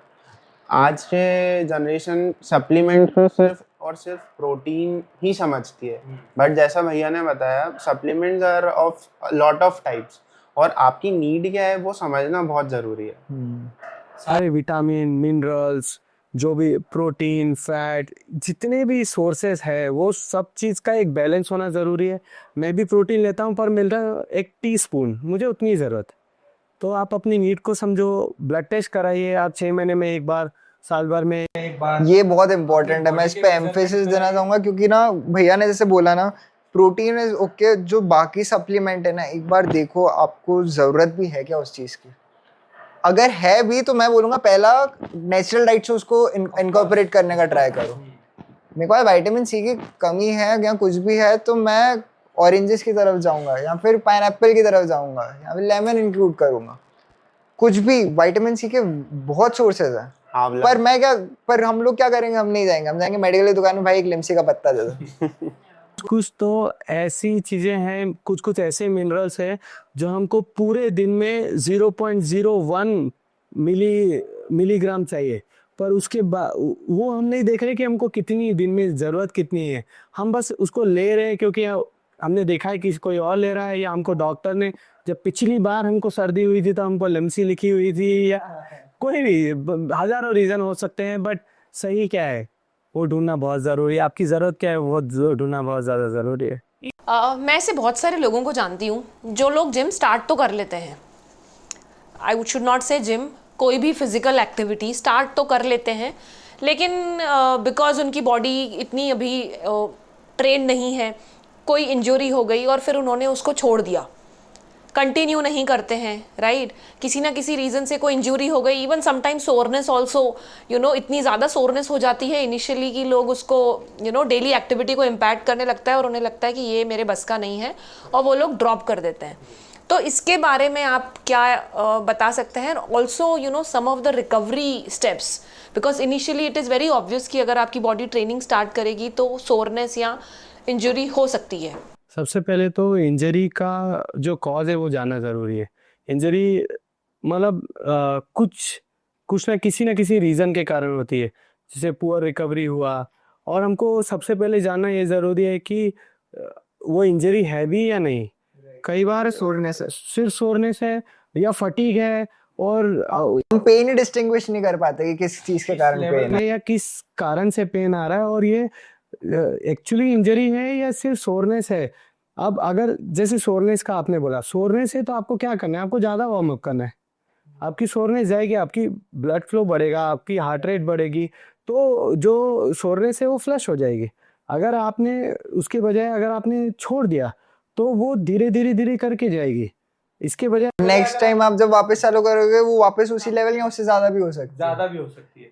और ये थ्रेशोल्ड है, मतलब अगर आप कोई भी टाइप की ट्रेनिंग कर रहे हैं, अगर आप जैसे मैं वेट लिफ्टिंग कर रहा हूँ, 100 किलो उठा रहा हूँ, अब मैं 105 उठाऊंगा तो मुझे कुछ ना कुछ पेन तो आएगा ही आएगा। 100%। और वो किस से रिलेटेड है? क्या वो इंजरी से रिलेटेड है? क्या वो सोरनेस से रिलेटेड है?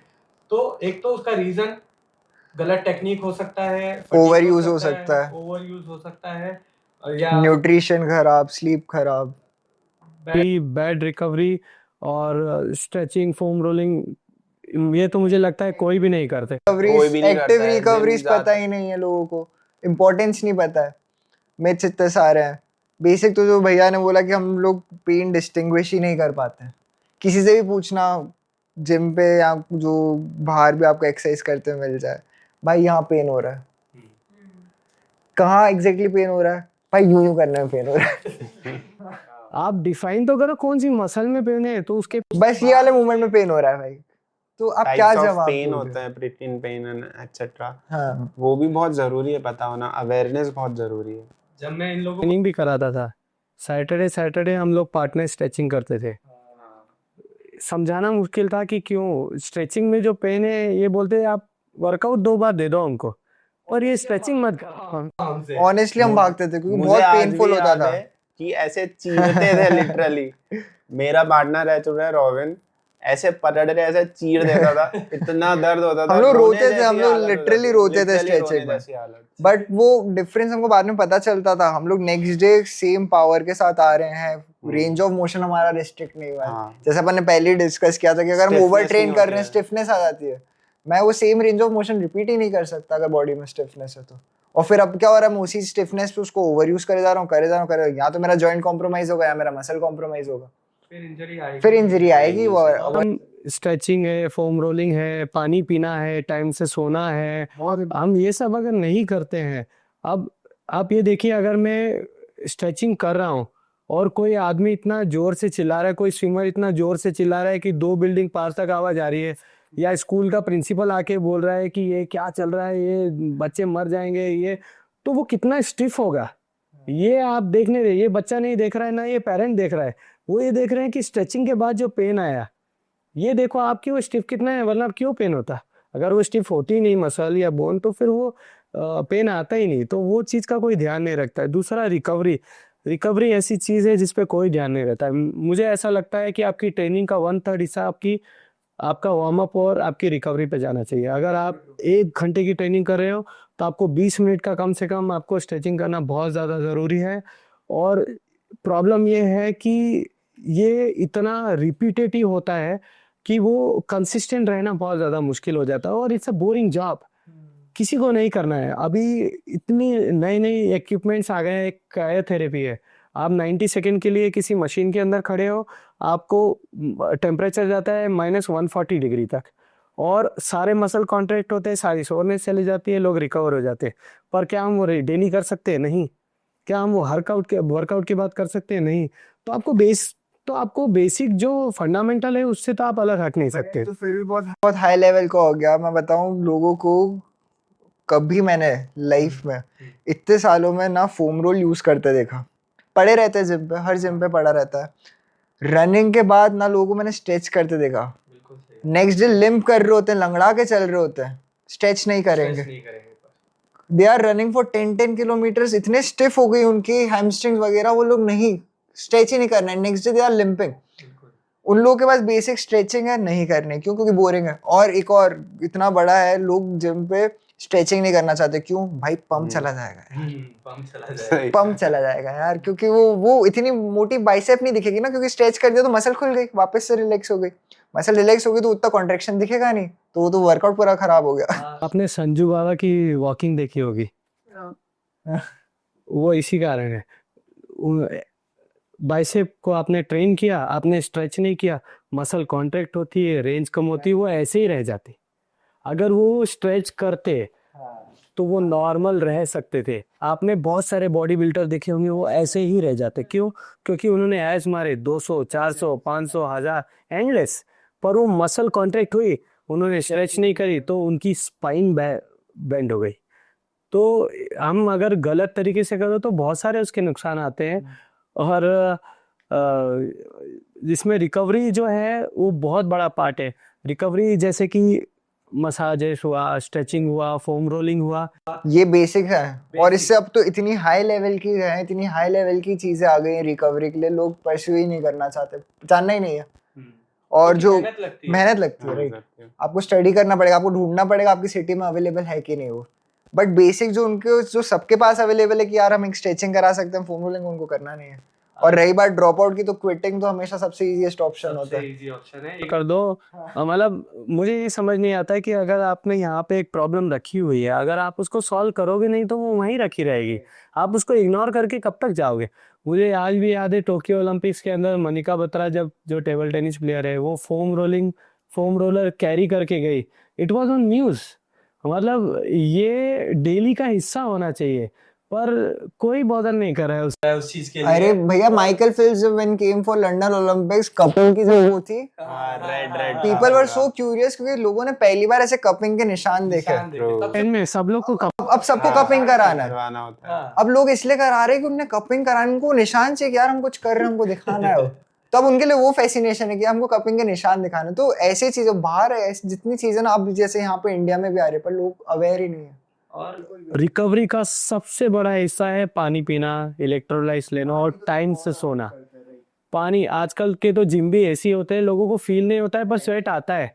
अगर आपकी बॉडी का टेम्परेचर 32 33 है और अगर आप 38 डिग्री पे, मतलब बॉडी के टेम्परेचर पे ले जाके वर्कआउट कर रहे हो, तो आपका डिहाइड्रेशन हो रहा है। मतलब मैं एक स्विमिंग कोच हूँ, बॉडी की स्वेटिंग पानी के अंदर भी होती है। हमने very feel right, करी है, very करी right, है, वो इतना very right. हीट होता है। और मतलब 2-2 लीटर पानी पी जाते हैं बच्चे, और सिर्फ प्लेन वाटर नहीं, उसके अंदर इलेक्ट्रोलाइट्स है तो भी उसकी रिक्वायरमेंट होती है। आम लोगों को बोलते हैं पानी पीना है, सोना इतना ज़्यादा ज़रूरी है। ये बेस्ट मीन्स है रिकवरी के, पर कोई ध्यान नहीं देता है। आज 11 हुआ, कल 11:30 हुआ, परसों 12 हुआ, कोई बात नहीं, दोपहर में आके सो जाएंगे। नहीं, मैंने अपने एथलीट को रूल बना के रखा है 9:30 सारे इलेक्ट्रॉनिक्स ऑफ, सब कुछ ऑफ। और वो तभी होगा जब पेरेंट्स इसको फॉलो करेंगे। You have to lead by example. अगर आप स्क्रॉल डाउन कर रहे हो और आप सोच रहे हो कि आपका बच्चा सही काम करेगा, ऐसा नहीं होगा। अगर आप 10 में से 9 काम सही कर रहे हो और एक गलत कर रहे हो ना, सबसे पहले वो गलत काम सीखेगा। तो पहले आप खुद अडॉप्ट करो, एक लाइफस्टाइल बनाओ, और आप खुद अपनी रिकवरी पे ध्यान दो। बच्चे अपने आप देंगे। पानी पीना है, सोना है, स्ट्रेचिंग करना है, फोम रोलिंग करना है, इस सारी चीज़ों का आपको ध्यान देना चाहिए। तभी आप इंजरी से फ्री रहोगे और आप ये कोई भी स्पोर्ट हुआ या फिटनेस ट्रेनिंग हुआ, उसको ज़्यादा समय तक के लिए सस्टेन कर सकते। भैया एक चीज और, भाई लोग काफी ना एक वन गो स्लीप के इम्पोर्टेंस नहीं समझते हैं। वो लोग क्यूमुलेटिव देखते हैं। अगर मैं 24 आवर्स में पर से मैं नाइट को 5 या 6 आवर्स सोया and I am taking a nap in noon की 1-2 घंटे नून में, तो वो बोलेंगे यार मैं तो दिन में 7-7 घंटे सोता हूँ। बट एक गो में 7 घंटे सोना, ब्रेक करके 7 घंटे सोना, बहुत बहुत डिफरेंस है। अगर आप सोचो सेम लेवल की रिकवरी, तो मैं बोल रहा हूँ 50% में आप उस लेवल का रिकवर नहीं कर रहे हो। मैंने की युवराज बुक में पढ़ा था तो जब उसको कैंसर था, वर्ल्ड कप चल रहा था, मतलब वो इंडिया का सबसे one of the best allrounder रह चुका है। उसने वर्ल्ड के सारे बेस्ट टाइटल जीते हुए हैं और सबसे टफेस्ट इलनेस से भी वो, डिजीज से भी उठ के आया है। और एक स्लीप फिजिशियन था। सेमीफाइनल के पहले सबको पता था कि युवराज सिंह का रिकवर होना बहुत ज़्यादा ज़रूरी है, जो कि उसकी रिकवरी हैम्पर हो रही थी क्योंकि उसको कैंसर था। तो स्लीप फिजिशियन ने क्या किया, सेम मेडिसिन का कलर चेंज करके उसको दे दिया और बोला कि ये अच्छा वाला, ये नया आया है, ये बहुत बढ़िया काम करता है। वो लेके और सोया उसको, क्योंकि उसको बिलीव आया कि कुछ नया टेक्नोलॉजी है, मैजिक हो जाएगा, कल बिल्कुल फाड़ देंगे। वो सोया और वो एक ही मात्र उसके करियर का ऐसा सेशन है जो जब उसने बस मिस करी, उसको किसी ने उठाया भी नहीं और पूरा रेस्ट करने के बाद जब वो सेमीफाइनल में गया, उसने ऑस्ट्रेलिया के खिलाफ 50 बनाई और विकेट भी लिए। तो स्लीप का जो एक अलग अलग फेजेस होते हैं, स्लीप भी ऐसा नहीं है कि बस आप सो गए, आपके लिए ठीक है, पावर नैप ले लिया, ये कर लिया, नहीं, आपके अलग अलग फेजेस होते हैं। तो एक स्पैन में आप जितना लंबा सो सकते हैं उतनी ज़्यादा आप रिकवर हो गए। ऑल्सो ज़रूरी नहीं है कि आपको बहुत फैंसी रिकवरी मेथड्स अपनाना है। जैसे भैया ने बताया, बहुत सिंपल सिंपल सी चीज़ें रहती है। उसमें भी आप एक घर पे ही आप ऑयल मसाज कर सकते हैं। आप तिल्ली का तेल लीजिए, सरसों का तेल लीजिए, कोकोनट ऑयल लीजिए, you apply it for on your body for like half an hour, 1 hour. It will withdraw all the bad modalities from your body, from your muscles, and it will give you a feeling of lightness. वो भी बहुत अच्छा। Basically जो training से waste product आपकी body में जम गए उसको फ्लश करना है, तो उसके लिए आपको जो भी करना पड़े आप करिए। अब एक क्वेश्चन जो मैं पूछना चाहती हूँ वो मिलेनियल्स के लिए है, because millennials are the people who are going to raise the next generation. हमें पता है कि इंडिया के सबसे कम मेडल्स हैं ओलंपिक्स में, और ऑफ कोर्स हम सब ये चाहते हैं कि अब जो जनरेशन है, जो कि 8-10 साल की जो बच्चे हैं, वो स्पोर्ट्स में जाएं, खुद को एनरोल करें, और हम चाहते हैं कि एक चैम्पियन प्रिपेयर करें। सो आप हमें टिप्स बताइए उन पेरेंट्स के लिए, वो किस तरह से अपने बच्चों को एक ऐसी लाइफस्टाइल दे सकें या ऐसा एक्सपोजर दें कि we are preparing for champions for future. सबसे पहले तो फिजिकल फिटनेस पे ध्यान देना चाहिए। फिजिकल फिटनेस को ऐसे नहीं लेना है कि ये काम है या सिर्फ उनके लिए है जो फिट रहना चाहते हैं या सिक्स पैक बनाना चाहते हैं या वो मोटे हो गए हैं। ये डेली रूटीन का हिस्सा होना चाहिए। जैसे आप फॉरेन को देखोगे, उनके बैकयार्ड्स में आपको बास्केटबॉल की रिंग मिलेगी, कितने ही लोगों को पूल मिलेंगे आपको बैकयार्ड्स के अंदर, या टेबल टेनिस की टेबल मिलेगी, या कुछ भी नहीं है तो एक वॉल के अंदर वो लोग पेंट करके टेनिस की एक नेट बना देते हैं और वहाँ पे पीछे वो खेलते हैं। प्ले ग्राउंड्स होते हैं उनके वहाँ पे। मैं इजरीन गया था, वहाँ पे पूरा शहर के एक साइड पूरा शहर है और दूसरी साइड उन्होंने सिर्फ ये जो फिजिकल एक्टिविटी है जैसे रनिंग, साइकिलिंग, स्केटिंग और जिम, मंकी बार्स, ये सब लगा के रखे थे। तो उनकी एक लाइफ का हिस्सा है। अब जो हमारी जो जनरेशन है वो हमको देख के ही कुछ ना कुछ सीख रही है। अगर आप अपने अच्छी हैबिट डेवलप नहीं करोगे अपने अंदर, तो आने वाली जनरेशन भी वो फॉलो नहीं करेगी। सबसे पहले तो एक कल्चर लेके आओ कि हाँ, हमको वॉक करना है या हमको फिटनेस के ध्यान देना है। दूसरा, उसको प्रमोट करने के लिए आपको इस टाइप के, जैसे स्विमिंग हुआ या बास्केटबॉल हुआ, मतलब कई मैंने देखे हैं लोगों के घर में बहुत बड़े बड़े घर हैं, वो लोग एक्टिविटी रूम बना रहे हैं, या उन किसी के घर में बार बने हुए हैं, थिएटर बने हुए हैं, उसके जगह अगर वो एक टेबल टेनिस लगा देंगे और सभी लोग अगर वो खेलेंगे तो वो एक कल्चर डेवलप होगा। वैसे जीन्स डेवलप होंगे ईयर बाय ईयर। भैया मेरे को तो ऐसा लगता है कि ज़्यादा इम्पोर्टेंस ना, पर्सनली तो मैंने भी फेस किया हुआ है, खैर इतना भी नहीं था, बट मेरे साथ वालों ने बहुत फेस किया और अभी भी मेरे को लोगों का इम्पोजिशन लगता है जो मेरे से लोग बात करते हैं। बच्चों को ना starting I would say 10, 12, 14 years also पढ़ाई के पीछे भगाना बंद करो। पढ़ाई is important part, I am not denying that, I am not taking that away at all, but उसके पीछे भगाना बंद करो। आजकल की जनरेशन भैया 4th 5th क्लास के बच्चे, दे आर लर्निंग कोडिंग। क्या जरूरत है अभी? It's tough, it's very tough. हाँ, क्या बहुत जरूरत है अभी? कोडिंग सीखने की क्या जरूरत है? तुम अपना स्क्रीन टाइम बढ़ा रहे हो, इतनी सेंसिटिव आईज हैं अभी तुम्हारी, तुम फिजिकली नहीं कर रहे हो, that is one part, but तुम अपने आईज पे अभी से इतना स्ट्रेन डाल रहे हो, you are getting your screen hours increase so much. क्यों? क्योंकि उनको कॉम्पिटिटिव, जो सिद्धांशु ने कहा था कि हसल कल्चर जो है उसमें कॉम्पीट करना है, तो अभी 4th 5th क्लास से दे आर लर्निंग कोडिंग। क्या जरूरत है? बच्चों से बच्चों का बचपना छीना जा रहा है। बच्चों को बाहर निकालो, दैट्स इट। बच्चों को बाहर निकालो, उनको एक्सप्लोर करने दो। जितने स्पोर्ट्स हमारे टाइम पे, मतलब हमारे टाइम में तो फिर भी कम, भैया से हम लोगों ने जितना सुना है, भैया लोग जितना बाहर आउटडोर गेम्स खेले हैं, apart from swimming his professional sport, इतना स्पोर्ट खेले हैं भैया लोग, हम लोग भी बहुत खेले हैं। मैं आज के बच्चों को देखता हूँ, नहीं खेलते वो लोग, they are just on their phones और देयर पेरेंट्स फोन। बस यही है, उनको एक्सप्लोर ही नहीं करना है। और लगता है कि जो स्पोर्ट सिर्फ वही परस्यू करेंगे जिनको स्पोर्ट्स में अपना फ्यूचर बनाना है, जिनको ओलंपियन बनना है, जिनको बाय प्रोफेशन उनको एथलीट बनना है। पर ऐसा नहीं है, ये एक लाइफस्टाइल का हिस्सा है। आज अगर आपको, जैसे मैं स्विमिंग का एग्जांपल लूँ, अगर आप सब स्विमिंग सीखते हैं तो ये एक लाइफ स्किल है, और वो कहाँ कहाँ काम आती है। आप अगर रिवर राफ्टिंग जाते हैं तो आपको पता है मुझे स्विमिंग आती है, आपको कोई डर नहीं है, आप कॉन्फिडेंस ही अलग है। ही अलग है। आप बीच जाते हो, आप बजाय इतने इतने पैर के बस पानी एक दूसरे पे उड़ाने के बजाय आप वहां पे जाके स्नॉर्कलिंग कर सकते हो, आप वहां पे जाके स्कूबा डाइविंग कर सकते हो, आप वहां पे जाके स्विमिंग कर सकते हो।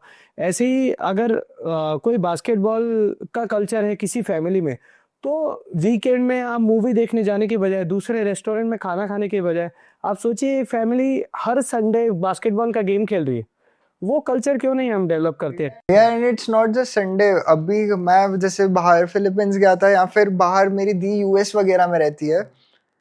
आफ्टर वर्किंग, एक तो वहाँ पे स्ट्रिक्ट वर्किंग आवर्स है, जो कि मैं बहुत रिस्पेक्ट करता हूँ उस चीज़ की। उसके बाद लोग घर बैठते नहीं है, they are not sitting at home. वो अपने बच्चों को लेके इधर दे आर इन पार्क, यहाँ तो उन्होंने बच्चों को एक्टिविटीज ज्वाइन करवा के रखी है, be it swimming, be it basketball, tennis, anything, and they are pursuing it. अब 1.5 आवर या 2 आवर्स उनकी वो ट्रेनिंग चल रही है, and parents also are playing it under professional coach. अब अगर उन्होंने वो चीज़ अगर अचीव कर ली, उस एज में उन लोगों ने वो इंटरेस्ट अचीव कर लिया, या फिर स्किल डेवलप कर ली, पर से इन 5 years और 6 years ऑफ एज, उनके पास अभी आगे की पूरी लाइफ है वो स्पोर्ट एक्सप्लोर करने के लिए। आप वो चीज़ कर सकते हो। बट हमारे यहाँ क्या कल्चर है इंडिया में कि पढ़ाई में आगे बढ़ाना है, 5वीं क्लास से कोडिंग सिखा दो, 4th क्लास से कोडिंग सिखा दो, आईटी कल्चर अभी ज़्यादा है तो आईटी के लिए अभी से सिखा दो। बच्चे काउच पोटैटो बनते जा रहे हैं। पैटर्न फॉलो कर रहे हैं कि डॉक्टर का बेटा है डॉक्टर बनेगा, या इंजीनियर का बेटा है तो इंजीनियर बेटे बनेगा। मैं अपना एग्जांपल लूँ, जब मैं इनिशियली, मतलब मैंने घर पे जब बताया कि मैं कोच बनना चाहता हूँ, मेरे घर पे मेरे जो फादर है, उनके जो ब्रदर है, तीनों नेशनल मेडलिस्ट है। हम लोग 6 सिबलिंग हैं, उसमें से 5 नेशनल मेडलिस्ट है। पर अगर मैंने पूछा कि मुझे स्विमिंग कोच बनना है तो दे वर शॉक्ड, कहते नहीं इसमें तो कोई करियर ही नहीं है। पर जब मैं आगे बढ़ा, मुझे पता था मैं क्या कर रहा हूँ, मेरा अपना विजन था। पर मेडल सबको चाहिए ओलंपिक में। अब मैं अपनी जो मेरा करियर था, जो मैंने आगे बढ़ा, पर अब जैसे मेरे डॉटर है, उसकी अपब्रिंगिंग मेरे हाथ में है, तो मैं छोटी छोटी चीज़ें जो फॉलो कर रहा हूँ मैं आपको स्ट्रेट अवे बता सकता हूँ। 5 साल तक कोई स्कूलिंग नहीं, वो स्कूलिंग जाती है इससे सोशलाइज करने के लिए, मैंने ऐसा स्कूल ढूंढा है, वो 2.5 घंटे 3 घंटे, उससे ज़्यादा कोई स्कूल नहीं। दूसरा 10 hours ऑफ स्ट्रेट स्लीप, उसको सोना बहुत ज़्यादा ज़रूरी है। जो स्कूल जा रहे हैं 7 बजे स्कूल भेज रहे हैं, 7:30 बजे 6:30 बजे स्कूल भेज रहे हैं, उसके लिए आपकी बस आ रही है 5:30 बजे, बच्चा उठ रहा है 4:30 बजे। क्यों? क्योंकि वो आधे घंटे तो उठने में लगा रहा है, वो फिट ही नहीं है उतना। उनको सोने दो, जितना वो हो सकता है उनको सोने दो, 5 साल 10 साल तक के बच्चों को। उसके बाद मैं डिफरेंट स्पोर्ट में भेजता हूँ। आज मेरी बच्ची को स्विमिंग नहीं आती, वो 4 साल की। सब लोग मुझे बोलते हैं अरे क्या स्विमिंग कोच हो क्या, आप अपनी बच्ची को स्विमिंग नहीं सिखा पाते हो? नहीं सिखाने, जब सही टाइम होगा मैं सिखा दूंगा। अभी उसको जो पसंद है वो करिए। अभी वो जिम्नास्टिक में जाती है, वो 1-1 घंटा ट्रेम्पोलिन में जंप करती है। She is not scared of any kind of jumping. उसको आप जहाँ बोलोगे बेटा जंप, वो जंप कर देगी, उसको जो पसंद है। अभी वो स्केटिंग जाने का वो देख रही है कि हाँ दीज गाइज आर फास्ट, वो अभी स्केटिंग मांग रही है। क्यों? क्योंकि उसको सोचने के लिए मौका दिया है, उसको एक्सप्लोर करने के लिए डेवलप हो रहा है। बाद में आपको क्या करना है, अगर मैं उसको 3-4 स्पोर्ट्स से इंट्रोड्यूस कराता हूँ एट द एज ऑफ 9-10, हमको मेडल कब चाहिए? हमको मेडल चाहिए चैंपियन से जब वो 20 साल के हुए, 18 साल के हुए, या और लेट 24 23। आप देखिए सारे ओलंपिक जितने मेडलिस्ट हैं उन लोग की एवरेज अगर आप निकालोगे तो 20 से कम तो नहीं होगी। कोई रेयर केसेस होते हैं जिनकी एज बहुत कम होती है तो वो हाईलाइट होते हैं, लोग बोलते हैं अरे वो 14 साल की थी उस तब वो उन्होंने ओलंपियन बन गई, बट वो एक ही चीज कब से चालू कर रहा है, कब से चालू, कब से किया उन्होंने, कब से वो लोग कर रहे वो एक ही है, बचे हुए 99.99% लोगों का क्या। हम तो डेटा से बात करेंगे ना, तो उसको अगर मैंने ज़्यादा एक्सपोजर दिया फिर मुझे क्या करना है, वो सारी एनर्जी, वो सारा कोऑर्डिनेशन, वो सारा बैलेंसिंग, वो सारा मुझे एक स्पोर्ट में डाइवर्ट करना है एंड शी विल एक्सेल। तो ये एक होलिस्टिक तरीका है। आप अपने बच्चों को जितने हो सकते हैं उतनी फिजिकल एक्टिविटी कराइए, जितने हो सकते हैं उतने गेम कराइए, स्पोर्ट्स कराइए, पुश मत कीजिए।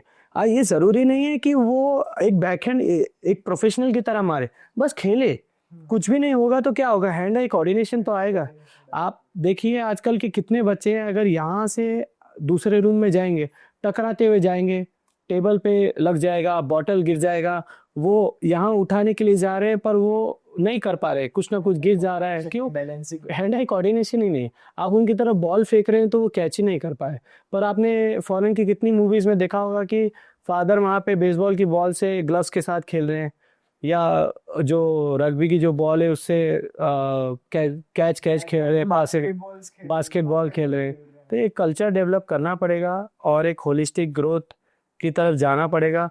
जो लोग स्पोर्ट्स परस्यू भी कर रहे हैं वो लोग को इतने शॉर्टकट चाहिए, उनको जल्दी रिजल्ट चाहिए, जिसके कारण उनकी जो एक्चुअल ग्रोथ है वो हैम्पर होती है, जो नहीं करना चाहिए। और जो लोग हार्ड वर्क भी कर रहे हैं ना, हमारा कल्चर उनको इतना लेग पुल करता है, स्कूल वगैरह से भी हमारे उसमें सपोर्ट नहीं है। और मैं ऐसा भी नहीं कहता कि स्कूल वाले वैसे नहीं सपोर्ट करते, पर एक नॉर्मल देखो, अगर हम कोई स्पोर्ट्स पर्सन नहीं है, अगर आज हम किसी स्कूल में हमारा एक फिजिकल एजुकेशन का एक पीरियड लगता है जिसमें हम गेम्स खेल सकते हैं, अगर बारिश हो रही है तो कोई ऐसा नहीं कि सारे बच्चों को इंडोर स्पोर्ट में भेज दें, कुछ ऐसा, उसको यूटिलाइज कर लें। They will make them sit there in class और कोई एक्स्ट्रा लेक्चर लगवा देंगे। क्यों, वाई? किसी टीचर को एक्स्ट्रा पढ़ाना है, सबसे पहले वो फिजिकल एजुकेशन का लेक्चर लेंगे। क्यों? 8 आवर्स का तुम स्कूल कंडक्ट कर रहे हो, in which you are dedicating 1 hour to the physical education, that too also you are taking away from children. तो उसके बाद they expect medals. और मुझे ऐसा लगता है कि हम लोग बहुत ज़्यादा प्रोटेक्ट करें, बहुत ज़्यादा चीज़ें कंट्रोल करने की कोशिश करते हैं बीइंग ए पेरेंट, उसके कारण बहुत सारी चीज़ें स्पॉइल होती है। आप टीचर का काम है उसको करने दो, अगर आप एक स्पोर्ट पे भेजा है उनको करने दीजिए। उनको ऐसा लगता है कि नहीं, जो चीज़ें उनको नहीं पता है वो सारी चीज़ें गलत है। एक पेरेंट का काम है अपने बच्चे को खुश रखना, अच्छी वैल्यूज़ देना, उसको सही और गलत सिखाना, और उसको मतलब वो टाइम से सो जाए, सही खाना खाए, बैलेंस डाइट ले, और बाकी आप एक जो कोच है उसको अपने कोच का काम करने दीजिए, और जो टीचर है उसको टीचर का काम करने दीजिए, और क्वेश्चन पूछिए। अगर आपको लग रहा है तो जाके क्वेश्चन कीजिए कि नहीं रिजल्ट क्यों नहीं आ रहे, या रिजल्ट नहीं आ रहे तो आपको क्या लगता है कि आपका क्या प्लान है, आपका विजन क्या है, नेक्स्ट 5 साल का विजन क्या है, आपको कोच बताएगा। वो नहीं बताएगा तो आप उसको चेंज कर दो। अगर उसके पास 5 साल का प्लान नहीं है तो आप उसके पास मत जाइए। कोई भी स्कूल में आप जाते हैं, आपको पता है ना उनके पास 10th तक का 12th तक का सिलेबस है, तो कोच के पास क्यों नहीं? ये प्रॉपर प्रोसीजर और है। फिटनेस एक कोई लायबिलिटी नहीं है, ये एसेट है। आप आपका जीवन जब से स्टार्ट हो रहा है और आपका जीवन जब तक आप जी रहे हो तब तक you will need fitness. Like if you want to lift your grandson you will need fitness to do that. आपका और जनरेशन वाइज पास ऑन होगा। अगर मेरे जीन्स 5 है, 5.5 है, मैं अगर फिजिकल फिटनेस एक्टिविटी कर रहा हूँ, नेशनल मेडलिस्ट स्विमर हूँ, तो मैं अपनी आने वाली जनरेशन को थोड़ा इम्प्रूव करके कि हाँ हम जो मेहनत करें उससे वो इम्प्रूव होगी। फिर और 10 साल बाद और जनरेशन वाइज ये जो जीन्स है धीरे धीरे धीरे करके एक्सेल करेंगे। मतलब इतना डिफरेंस है आज तो कि हम लोग का जो एल साइज है वो यूएस के अंदर एस साइज है। उनकी एवरेज हाइट 6'3", 6'2" आ रही है और हमारी एवरेज हाइट बॉयज़ की 5'8", 5'9". यूएस जापान से स्कूल्स में ऐसा होता है कि जितने भी क्लासेस वो लोग एजुकेशन के लिए दे रहे हैं उसके इक्वली वो लोग उनकी फिटनेस के लिए भी दे रहे हैं। उनको प्रोफेशनली वो स्कूल में ही सिखा रहे हैं कि आपको कैसे फिट रहना है, कैसे वेट लिफ्टिंग करनी है या एनी अदर स्पोर्ट्स। तो बच्चा बचपन से सीखता है कि कैसे उसको through out the life fit कैसे रहना है। वो एक बहुत ही इम्पोर्टेंट एस्पेक्ट है जो हम हमारे इंडियन स्कूल्स में मिस कर रहे हैं। Okay, so before we end the podcast, हमें आपसे 3 टिप्स चाहिए और 3 closing messages that you would like to give to our audiences और टेक अवे मैसेजेस, 3 इंपॉर्टेंट चीज़ें जो हमेशा हमें याद रखनी है। कि जितने भी लोग हैं जो वर्किंग को एन एक्सक्यूज लेके चलते हैं और वो कि बाहर निकलो एंड चेज मूवमेंट, कुछ भी नहीं कर सकते हो, बाहर निकलो and please move, please move, start walking, bare minimum, just move, please move. दूसरा ये 6 PACS is not fitness boss. Feel करो फिटनेस को, बॉडी में लाइटनेस फील होनी चाहिए, दैट्स इट। मैं एक मैसेज देना चाहूँगा पेरेंट्स को कि जो भी आप अपने बच्चे से एक्सपेक्ट करते हो पहले खुद करना शुरू करो। Please lead by example, go out, do the right thing, अच्छी हैबिट डेवलप करो, जो बुरी आदत है उसको सुधारने की कोशिश करो और आपको जो भी एक्सपेक्टेशन है आने वाली जनरेशन है वो खुद अडॉप्ट करने की कोशिश करो। पहले अपने आप वो लोग देख के सीखेंगे। तो दोस्तों, आज हमने फिर से और बार बार यही सीखा है कि फिटनेस सिर्फ दिखने का नहीं, फील करने का नाम है। आज का हमारा ये एपिसोड इसी पे हम एंड करते हैं। आई होप हमारे इस कॉन्वर्जेशन से, इस सिंपल कॉन्वर्जेशन से आप कुछ इंस्पायरिंग इन्फॉर्मेशन ले पाएंगे, फिटनेस को अपने डेली एक्टिविटीज़, डेली लाइफ में इंक्लूड करेंगे, इसको इतना कॉम्प्लिकेट ना करेंगे, सिंपल एंड सस्टेनेबल लिविंग को प्रायोरिटी देंगे और फॉलो करते रहेंगे स्ट्रेंथ स्टोरीज को। This is your host Vivaksha signing of.